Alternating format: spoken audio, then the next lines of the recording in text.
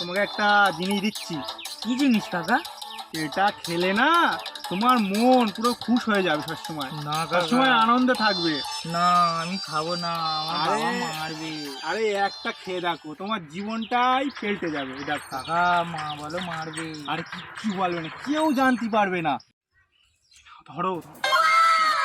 কাকা হ্যাঁ, তুমি খালি বলতেছো, কার সঙ্গে বলবে না তো? কারোর সাথে ভাইবো বলবো না, তুমি চিন্তা করো না, ঠিক আছে? তুমি বলে দাও, বলে দাও। আরে আমি খাচ্ছি হুম, বলো। হুম। ভাইপো এই নাও।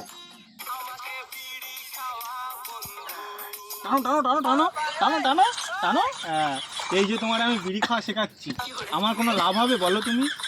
দুদিন পরে হয়তো আমি মাঠে যাব, গিয়ে আমার কাছে বিড়ি থাকবে না, তোমার কাছে তেল কি আর পাওয়া যাবে?